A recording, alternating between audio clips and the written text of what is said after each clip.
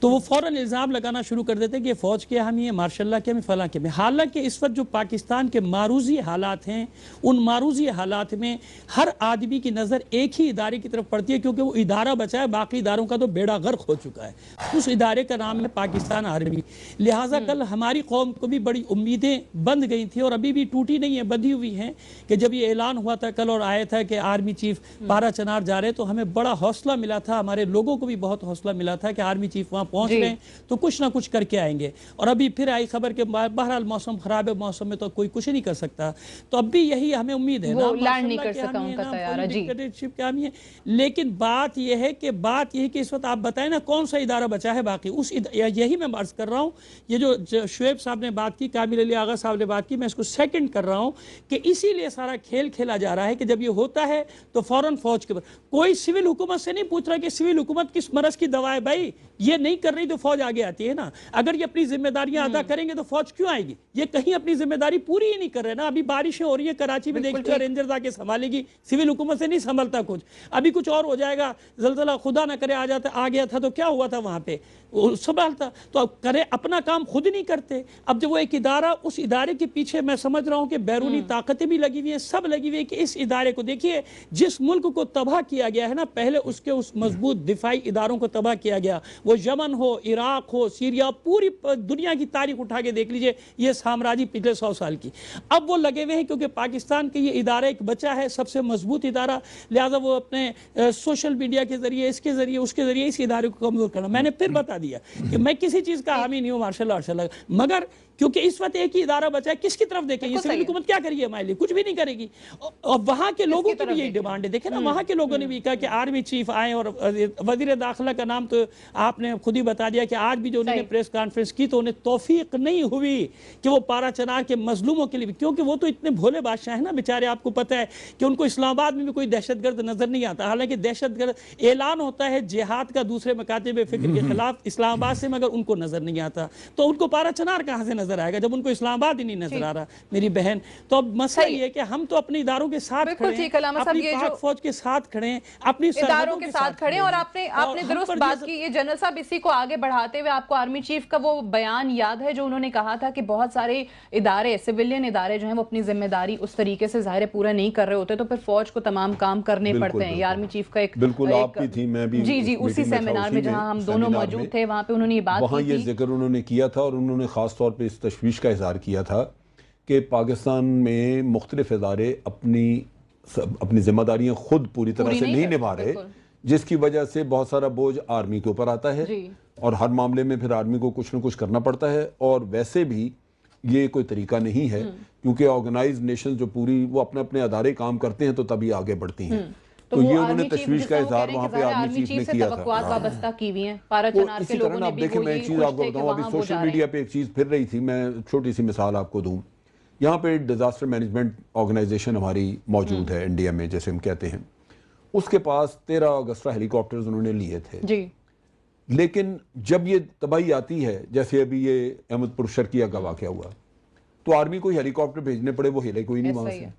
4 ہیلی copter ان کے گئے جا کے۔ آپ نے ایک ادارہ بنایا ہے نیشنل ڈیزاسٹر مینجمنٹ کا، جن کے پاس اکوپمنٹ دیا ہے، سب کچھ دیا، ان کو متحرک کریں، ان سے کوئی پوچھے کہ بھائی یہ کیوں نہیں آپ نے کام کیا، یا آپ کو کسی نے ہاں کہ تو لوکل انتظامیہ کے جو کرنے کے کام تھے وہ بھی نہیں نظر آئے نا ہمیں، جو آج رپورٹ دی ہے انہوں نے وزیر اعلیٰ کو، اس میں سب کچھ کہا گیا ہے، مقامی جو اراکین اسمبلی اور بلدیاتی نمائندے وہ بھی وہاں بہت تاخیر سے پہنچے ہیں، علاقہ بھی سیل نہیں ہوا، لوگوں کو وہاں سے ہٹنے کے لیے نہیں کہا۔ اس میں آرمی کا مسئلہ یہ ہے کہ یہ سارا آپ اس کے لیے کوئی ایکسٹرا بجٹ نہیں ہوتا ہے، اب اسی بجٹ میں سے یہ سارے اخراجات پورے کرتے ہیں، جہاں بھی نیشنل کرائسس ہیں آپ پہنچ جائیں وہ کر رہے ہیں اسی بجٹ میں سے۔ نتیجہ یہ ہے کہ یہ چیزیں الٹیمیٹلی کسی وقت آکے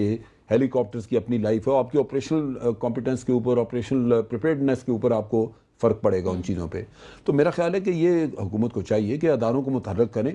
نہ کہ اس میں کرونیز اور سفارشی بھرتی کر کے تو ان اداروں کو آپ نے بالکل ناکارہ کر دیا ہے، یا ان کی ایفیشنسی برباد کر کے رکھ دی ہے، جو بہت سی جگہوں پہ نظر بھی آتا ہے میرا خیال ہے یہ ایک کرمنل ایکٹ ہے، اس کو درست کرنا چاہیے. ٹھیک ہے، یہ بریک لے لوں، بریک سے واپس آتے ہیں تو آغا صاحب اور ملک صاحب کی جانب بھی جائیں گے کہ جو اب تنقید احمد پور شرقیہ کے واقعے کو لے کر بھی ہوئی ہے کہ جو گڈ گورننس کا ایک راگ الاپا جاتا ہے، تو وہ کیا ہے گورننس، وہ اس واقعے نے بھی کافی اس کا پول کھول کر رکھ دیا ہے کہ سڑکیں بن گئی، پل بن گئے، ٹرینیں بن گئی، بسیں چل رہی، بڑی اچھی بات ہے، لیکن یہ جو بیسک فیسلٹیز جو کہ ہر انسان کا آئینی حق ہے وہ اس کو فراہم نہیں کی جا رہی ہیں. اس پر مزید بات کرتے ہیں ایک وقفے کے بعد.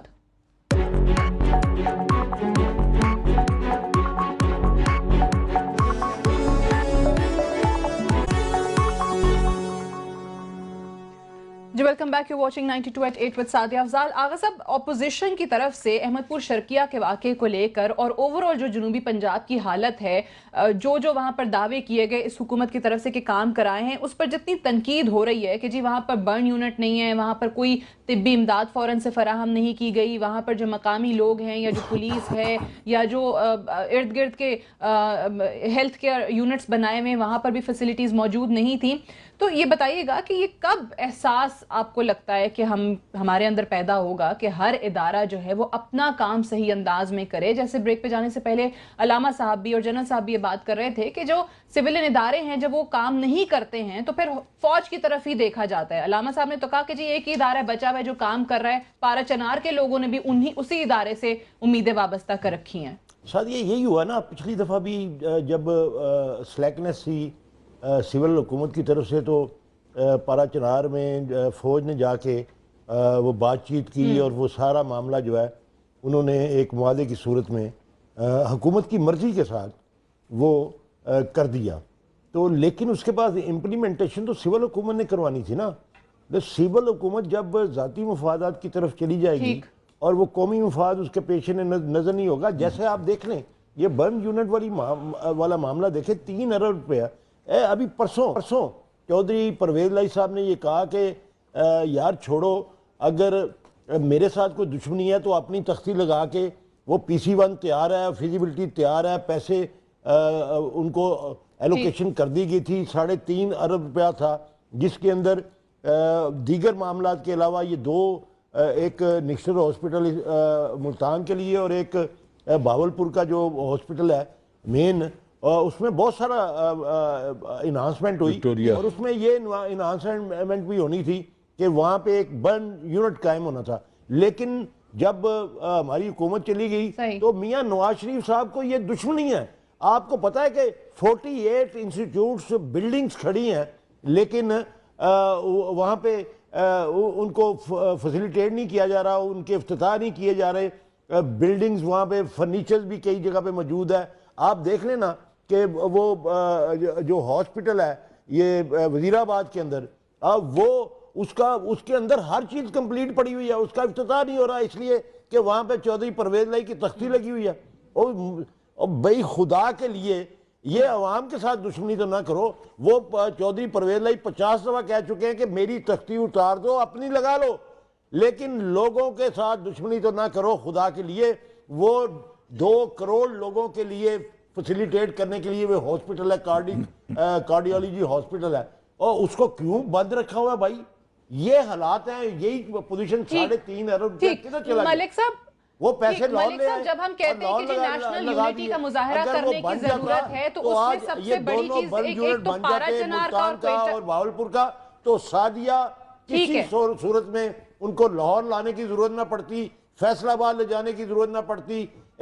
پنڈی لے جانے کی ضرورت نہ پڑتی. وہاں پہ وہ فیسیلیٹیٹ ہوتے اور وہاں پہ پتہ نہیں کتنی جانیں بچ جاتی. آغا صاحب میں ذرا جواب لینے کی مجھے اجازت دیں. ملک صاحب یہ تو ہم پارا چنار کے اور کوئٹہ کی بات کر رہے تھے نا کہ وہاں جا کے تو وزیر اعظم نے اور وزیر اعلیٰ نے معاوضہ اناؤنس کر دیا احمد پور شرقیہ کے اندر. یہاں پر انہوں نے وزٹ بھی نہیں کیا، اس انداز میں نام لے کر بات بھی نہیں کی، سننے کے لیے بھی نہیں گئے. لیکن یہ جو صرف پنجاب کے اندر کہ جی وسطی پنجاب کی اور جنوبی پنجاب کی حالت دیکھ لیں اور جس انداز میں یہاں پہ ڈسکریمنیشن ہے، تو اسی وجہ سے پھر اپوزیشن کو یہ کہنا پڑتا ہے نا کہ تختہ لاہور کے اندر کوئی واقعہ ہوتا تو کیسے حکومتی مشینری ساری جائے وقوع پر پہنچ جاتی. یہاں پر ہوا ہے، جنوبی پنجاب کے اندر کہیں پر ہوتا ہے تو وہاں پر کوئی نظر ہی نہیں آتا. اور یہ تو آپ کی اپنی جو رپورٹ ہے جو وزیر اعلیٰ کو پیش کی گئی ہے اس میں اس کا ذکر کیا گیا ہے.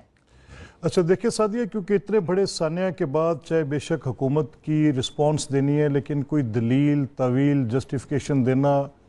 تھوڑا آڈ سا فیل ہوتا ہے. But still I have to make a comment. مجھے ایک بات کہنی پڑے گی. کہ جنوبی پنجاب کی جو بجٹری ایلوکیشن ہے وہ اس کی جو آبادی ہے وہ ہمارے پاس 33% آف دا ٹوٹل پنجاب ہے، اور ہمارا جو فیکٹر ہے جس کی بنیاد پر ہم بجٹری ایلوکیشنز کرتے ہیں اس میں پاپولیشن جو ہے وہ مین فیکٹر ہے، ساتھ 2 ہم نے ایڈیشنل فیکٹرز بھی ایڈ کیے ہیں جس میں انڈر ڈیولپمنٹ ہے، جس میں ڈیپریویشن ہے، اور یہ 2 فیکٹرز ایڈ کر کے 4% ہم نے جنوبی پنجاب میں فردر انکریز کیا ہے۔ بجٹری ایلوکیشن ان کی پاپولیشن سے 2% جو ایک یونیورسلی ایکسیپٹڈ فارمولا ہے اس سے بھی 2% زیادہ کی ہے۔ اچھا اب اس میں میں کہنا یہ چاہ رہا ہوں کہ بھی جتنے بڑے پروجیکٹس ہیں ہمارے، وہ طیب اردوان ہاسپٹل ہے وہ بھی جنوبی پنجاب کے اندر ہے، یا جتنی بھی نشتر ہاسپٹل کی ایکسٹینشنز ہیں وہ بھی جنوبی پنجاب کے اندر ہے، کارڈک یونٹ ہے وہ بھی جنوبی پنجاب کے اندر ہے۔ یہ ایک بڑا انسانی سانحہ تھا، یہ ہو گیا، اس میں کنٹریبیوٹنگ فیکٹرز تھے کہ وہاں پر کنٹرول ہو جانا چاہیے تھا، سپل اوور ہوا تو فوری طور پہ روڈز کارڈن آف ہونی چاہیے تھیں، یہ کنٹریبیوٹنگ فیکٹر ہے۔ یہ کنٹریبیوٹنگ فیکٹر ہے کہ کیوں لوگوں کو اس چیز کی آگاہی نہیں تھی کہ اتنے بڑے سکیل پہ جب وہاں پہ پیٹرول سپل اوور ہے تو لوگ وہاں پر اتنی فری موومنٹ کیسے ہے، ٹریفک کیسے جا رہی ہے، کس بنیاد پر لوگوں کو وہاں پہ جا کے دے سٹارٹڈ فیچنگ آؤٹ، کیا وہ جو غربت کی ایک فیکٹر آ رہی ہے وہ تھی، اس میں کنٹریبیوٹنگ فیکٹرز ہیں کہ جو موجودہ گورنمنٹس ہیں ان کی کس حد تک ذمہ داری تھی۔ یہ ایک عمومی رویہ ہے، اس پر ابھی اس تفصیلی رپورٹ کے بعد آپ بھی بات کریں گی، میں بھی بات کروں گا، لیکن اس وقت غربت تو ڈیفینیٹلی ہے نا، وہ تو ایک سب سے بڑا فیکٹر ہے۔ آج بھی انفیکٹ مجھے تھوڑی دیر پہلے ایک ویڈیو ریسیو ہوئی ہے جو آج کا ایک واقعہ ہے کہ کراچی اور حیدرآباد روڈ کے اوپر آج اسی قسم کا ایک انسیڈنٹ ہوا ہے، آج ایک اور ٹینکر الٹا اور لوگوں نے وہی حرکت کی ہے جو احمد پور شرقیہ میں دیکھیں سعدیہ، میں کلیکٹیولی ایک بات کہنا چاہ رہا ہوں، مجھے I can overhear collective، اب میں آپ overhear علامہ صاحب and جنرل صاحب، میں بالکل جو آپ کہہ رہی ہیں اس میں پرائم منسٹر کو ہر صورت پڑا چنار کے جو ہمارے بھائی اس وقت اتنی بڑی سفرنگ سے گزر رہے ہیں، یہ جو بھی بات ہے چاہے کسی مسلک کے اعتبار پر کوئی کرے، we don't care as a Pakistani, میں تو اپنی کلیئر تھاٹ کا آدمی ہوں۔ افواج پاکستان جو اس وقت رد الفساد کر رہی ہیں اس کی کامیابی میرے بچوں کی حفاظت کی ضمانت ہے۔ پرائم منسٹر پاکستان ہر صورت ان کے سر پر ہاتھ رکھیں گے، وہ اس ملک کے سپریم لیڈر ہیں and they will go and compensate جو victims ہیں اس میں قصائی طور پر۔ اور دیکھیں میری بات سعدیہ، مجھے let me say one word، ایک بات جہاں جو لوگ کہہ رہے ہیں انہی کے کہنے پہ چلے دیکھیں میری بات مجھے آخری اگر اجازت دے میں آخری کامنٹ ذرا علامہ صاحب سے لینا چاہ رہی ہوں، میں اگر مجھے اجازت دیں علامہ صاحب، یہ جو ابھی ملک صاحب بھی بات کر رہے تھے کہ جی بحیثیت پاکستانی جو ہم شروع میں کہہ رہے ہیں کہ جی یونٹی شو کرنے کی ضرورت ہے، رد الفساد پورے ملک میں جاری ہے، یہ جو فساد ہے کہ جہاں پر آپ مختلف مسالک کو لڑائیں، یہاں پر ڈس ہارمنی پیدا کرنے کے لیے، اس کو کیسے رد کریں؟ دیکھیے میں تو یہاں پہ مخالفت برائے مخالفت نہ میری عادت ہے نہ میں کرنا چاہتا ہوں۔ یہ جو بھی ملک احمد خان صاحب نے بھی بات کی ہے، ملک احمد صاحب نے بھی چھوٹی سی بات کی ہے کہ وہاں جائیں گے اور یہ کمٹمنٹ کر رہے ہیں، میں ان کو بتاتا ہوں کہ پاکستان کے لیے اپنی جان، اپنے مال، اپنے بچوں سے گزر جانے والے لوگ ہیں ہم لوگ۔ آپ یہ پاکستان کے شیعہ نہیں سنی، یہ جتنے ہمارے بھائی ہیں، آپ سیکیورٹی کا نظام درست کر لیجئے، آپ اپنا کمٹمنٹ پورا کیجئے، آپ کو کہنے کی ضرورت نہیں۔ یہ قوم وہ ہے کہ مصیبت میں حکومت کے آواز دینے سے پہلے مدد کے لیے ملک و ملت کے نکل پڑتی ہے۔ ہمارا کمٹمنٹ ہے اپنی زمین کے ساتھ، ہم مٹی کے بیٹے ہیں، پاکستان کے بیٹے ہیں، ہم نہیں ہونے دیں گے۔ اور اسی وجہ سے کل بھی جو دھرنے ہوئے کراچی میں ہزاروں لوگ تھے، ایک پتھر نہیں چلنے دیا، اور پچھلے دھرنوں کا بھی آپ کو یاد ہوگا سعدیہ، ایک پتھر نہیں ہم نے چلنے دیا، 3 مہینے فٹ پاتھ پہ اسلام آباد میں بیٹھے رہے، ایک پتہ نہیں لے دیا۔ کیوں؟ ہم یہ بتانا چاہ رہے ہیں دنیا کو کہ ہم میں اور دہشت گردوں میں فرق ہے۔ ہم پاکستان پر سب کچھ قربان کر دیں گے، لیکن پاکستان کے غریب و بےکس عوام کی سیکورٹی صرف آپ سے چاہتے ہیں کہ ان کو سیکورٹی فراہم کر دو، باقی سب کچھ سب لوگ قربانیاں دینے کے لیے تیار ہیں۔ سیکورٹی فراہم کریں، right sir, I have to wind up. بہت بہت شکریہ علامہ حسن ظفر نقوی صاحب، ملک احمد خان صاحب، سینیٹر کامل علی آغا صاحب اور جنرل امجد شعیب صاحب کا آج کے پروگرام میں ہمیں جوائن کرنے کے لیے۔ That's all for tonight. I'll see you tomorrow انشاءاللہ۔ اجازت دیجیے، خدا حافظ۔